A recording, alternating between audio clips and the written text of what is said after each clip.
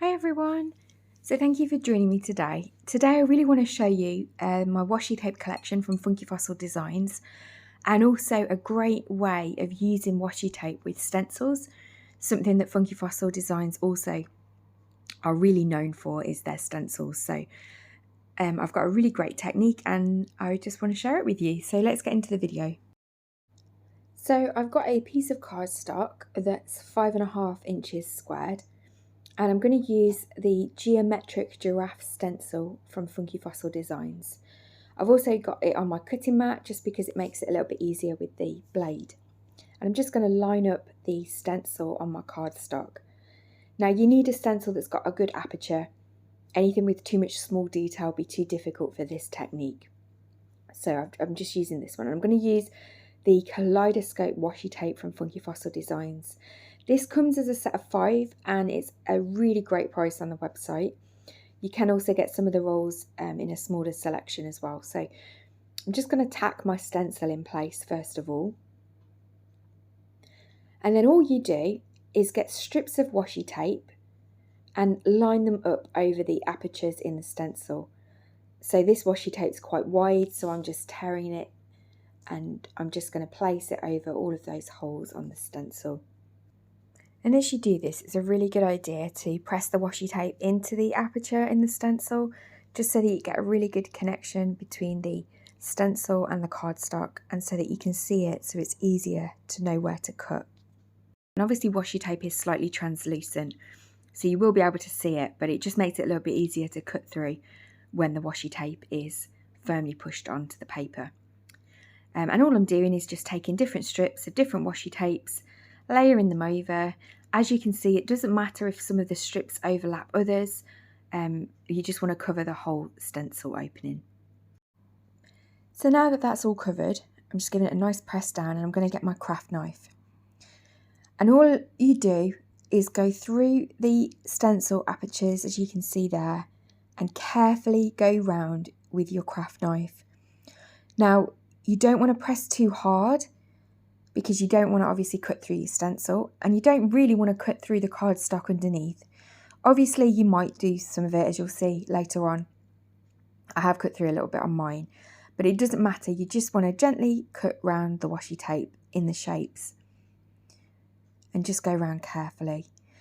Where you've got the washi tape overlapping, it's always a good idea to go in the direction towards the overlap rather than against it, so that the washi tape doesn't start to peel up as it gets friction on the knife. But as you can see, I'm just going over it a couple of times, just making sure. And then I'm moving on to the next bit and making sure that the washi tape's firmly pressed down so it's got contact with the cardstock underneath. And then I'm just carefully going around it with the craft knife. And I do this across the whole stencil.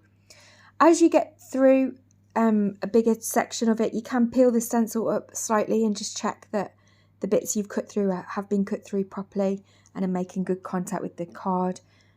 But yeah, I'm going to just speed up this section of the video now so you can watch me just complete this process.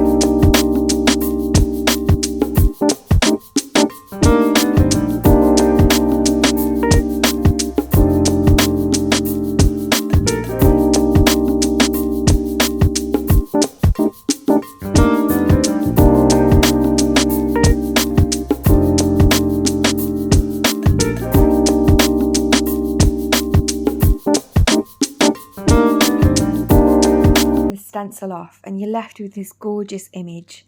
But as you can see, I've got a little bit of tidying up to do. So if the washi tape's a little bit frayed, perhaps from the craft knife where you've not cut very clean, you can just tidy that up now.